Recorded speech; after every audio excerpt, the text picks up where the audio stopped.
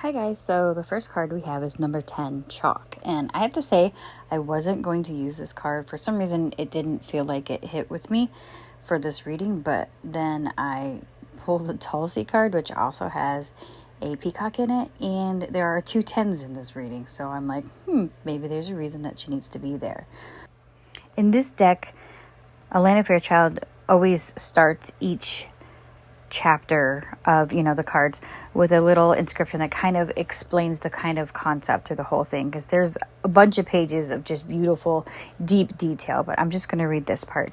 It says, you are being called to connect with nourishing forces. To accomplish this, you will need to step beyond ordinary reality for a time. Sacred, meaningful retreat will vary in duration depending on the needs of your soul. Do not be afraid to turn away from the outer world to commune with spirit and make peace with yourself and your soul journey. In doing so, you can claim the benefits, blessings, and bounties that are rightfully yours.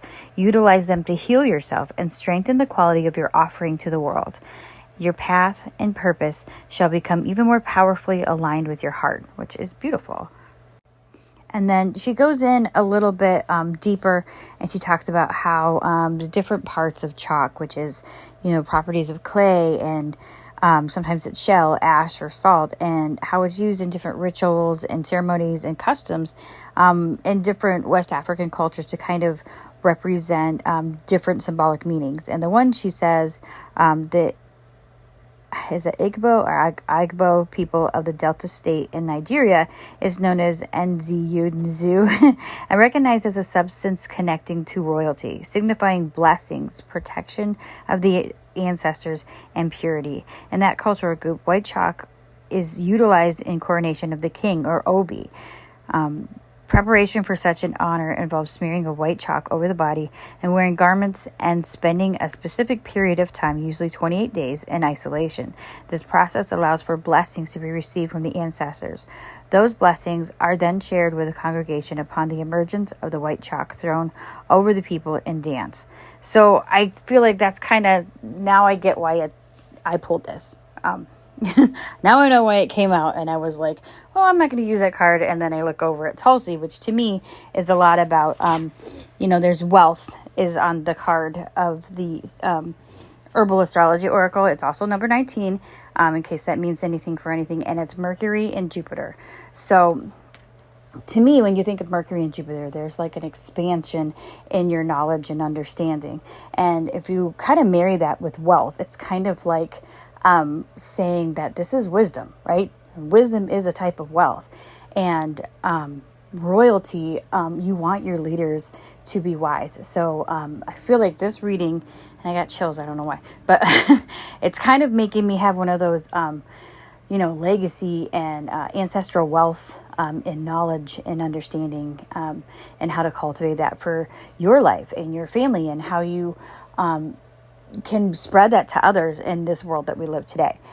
So that's kind of where I'm getting this. And that's where the connection from the Tulsi, which in reading about it, that the reason why we call it holy basil is because different settlers, and when they came in contact with it, because it was very revered as spiritual in Hindu culture. And when the Christians came across it, the ancient Christians, they were using it in ceremonies, and they called it holy basil because of the properties of it.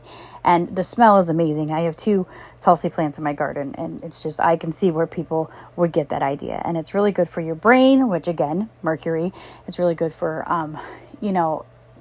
calming your nerves, and also helps kind of stimulate your brain in that way too. It's a good adaptogen and cerebral kind of herb. And that makes sense. And that's Fred. Fred's talking to me right now. So if you hear him yelling. So I feel like that's what you need for, to have a healthy aspect of knowledge and understanding and wisdom. Really, that's what it is. You need the lack of anxiety and the lack of worry to be able to handle things, right? Like an adaptogen. And you need to have that understanding so that deep wisdom comes from a relaxed form of knowledge and being in tune with the natural world, but also in the spiritual world, because it does talk about, kind of sitting back and taking that time. But again, I like to emphasize that a lot of times I think, we hermit a lot, and a lot of us have families. And when you do that, you kind of take from them. So you kind of have to have that balance as well. And I apologize, but Fred is trying to give me a wealth and abundance of love. So I have a cat in my face. You might hear him too. Anyways, but so that brings me to the Crystal Angel Oracle, which is Emerald, ceremonies and celebrations in a time of important life passages such as weddings, birthdays, graduations, and anniversaries. So, I just had my wedding anniversary. I've been with my husband for 19 years. Longer than that, actually, because we met in high school and we just kind of started our journey together that way. It was just beautiful. We had ups and downs, and we kind of, thought we knew better and all kinds of things, but I just think it's beautiful to be able to do that. Not everybody gets that. It's awesome. But anyway, and we've grown a lot of wisdom that way. Fred, I'm trying to do something. Anyways, but that's another thing too. Like, if you can think of, I have a Fred in my face. You can kind of think of, your family, and, you're celebrating with these people. That is a form of legacy, being able to have that, right? But maybe somebody is having that. It is June. There's a lot of weddings and anniversaries, and there's a lot of people who have graduations right now. So maybe that's something that means something to you.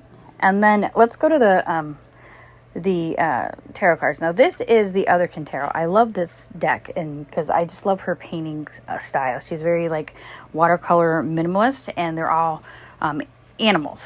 So we have the Ten of Cups, which I don't know. Lately, I've been getting double tens. I've been getting 10 of Cups and 10 of Pentacles. So I don't know if it's just great. I'm going to take it. But anyway, so we have the 10 of Cups and we have the Ace of Swords. I think in this aspect, it is telling us, because remember, my first row is always what we, kind of the energy we're in right now. We're kind of having an understanding of what that 10 of Cups is for us, what extreme happiness means for us, and I feel like that's what the Ace of Swords is saying. And so, I think a lot of us are kind of coming to that too. You look at different readings, or you look at different people around us, especially in collective, we kind of have, there's certain readers that we watch, or certain people that we watch on YouTube or whatever. And I feel like there's a family there. But anyway, so I feel like that's what we're all kind of coming to an understanding of, what true happiness really is and what true meaning really is. And then my second row is what we need to work on, which is kind of confusing to me because, whenever I have positive cards in there, I'm always like, what do I need to work on? But maybe it's recognizing also what your 10 of Pentacles is. 10 of Pentacles to me is legacy, what you're going to leave others in this world, what you have to teach others. And also it's about what is meaningful for you. And then we have the 2 of Pentacles, which a lot of times is balancing. But maybe we need to learn how to balance that a little bit more, right? Balancing our spiritual, which to me, the 10 of Cups would be like your depth, your feeling, your spiritual form of 10 of Cups, your form of great happiness. And then your 10 of Pentacles is more like your earthly, maybe trying to marry the two, what your understanding of great legacy and great wealth is. But it can also be, I guess it doesn't have to be what you have to work on. It can also be, maybe that's what we're understanding right now. And the 10 of Pentacles in the Rider-Waite, there is an old man that's kind of in the front, and you see the family go by, they're walking by to the castle. I don't know if it's castle, but, and then it kind of represents that there are little blessings on earth all the time that we come in contact with. He's actually an angel, and the couple is being kind of tested as to, if they're going to be generous to this person, then they'll get something back in return, but they don't know this. It's one of those things where, there's an undercover angel, and that angel is going to bless you if you show you have a good heart. So maybe that's part of it too, is maybe finding those little ways to have blessings in life, balancing out the hard work to get those things that you want for your family, but also finding the mundane and undercover ways that you can find the magic in everyday life. And then we have what we have around us, or sometimes that can be our energy, or what resources we have, or other people's energy, or people around us. So for that, we have the Knight of Pentacles, and we have the Seven of Cups, which I feel like I've been getting a lot lately, both of those. Knight of Pentacles as something that we have available for us. I feel like we have time and stability, because the Knight of Pentacles is a stable but slow knight. He gets the job done in a very thoughtful and stable way. And I have another cat coming after me. And then we have the Seven of Cups. Seven of Cups can be choices and options. Maybe we have lots of options in this situation to really cultivate what we're trying to do here. But also, I kind of like to think of the Seven of Cups because it's, it's water, so it's choices of emotion, it's choices of spirit, it's choices of creativity. So we have a lot of creative ways to go on with this wisdom or package this wisdom to give to others. And we have that stability and time. Stability gives you that time. It gives you that ability to not feel like you're rushed or to hurry the situation. I feel like that's what we have right now, is we have the ability to repackage things in a good way for the ones that we're trying to teach and the ones we're trying to pass this on to. And then on the end, we have the King of Cups and the King of Pentacles, which I feel like I've had that recently. It seems to be a continuous theme in my readings lately. And for me, that feels like mastering and being in control of your spiritual self, but also being in control of your day-to-day, your earthly life. And the King of Pentacles, that's a very earthy sign, and we always think of Earth as like, being 3D and whatever, which it kind of is. You're being the master of your here and now and your physical realm, which, that can be very spiritual too. So I feel like in this reading, and I really feel like a lot of my readings have been like this lately, especially with that chalk card, there is we're at a point where all these tens, and then we also have comfrey, which is completion. There's something that we have learned, something that we have kind of gone through the cycle of, and we're at the end of this cycle, and it's a beautiful cycle where we've kind of learned how to balance that spiritual and physical, and learning how to use the magic and beauty and spiritualness of the earthly realm, right? We're able to kind of be multifaceted. Again, like with the Seven of Cups, we're multifaceted. There's so many things that we have the ability and wisdom to know that we can help create and maybe with this combination of these cards, maybe somebody has been training to be a teacher. I feel like we all kind of are in that way. We're all learn these things. We go through these cycles, and then we learn to master these parts of our life to kind of pass that on to others and to each other. And I think we're continuously learning. As we continuously learn, we also continuously teach. And we're doing that in a way that we kind of brings us wealth in that way too.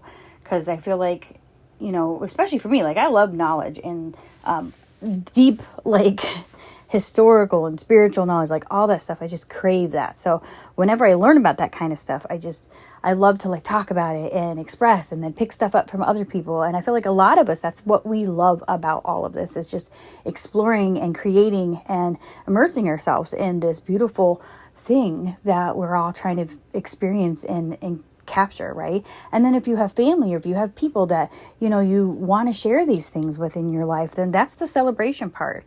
So, and I feel like with that comfrey card, which is Saturn is completion, and it's knowledge, or comfrey is completion and knowledge. And if you know anything about herbalism, comfrey is a very healing plant, but it's a very physically healing plant. It's something that they use for healing bones. That's why there's bones on this card. And then you see there's a Capricorn, plain as day Capricorn sign there. And Capricorn is a big part of us getting that deep wisdom and understanding out of the things that we experience, and then passing it on to others. I feel like I always say this all the time, and Witch Insights, if you're listening, this is why, I don't know, I get so much out of what you say.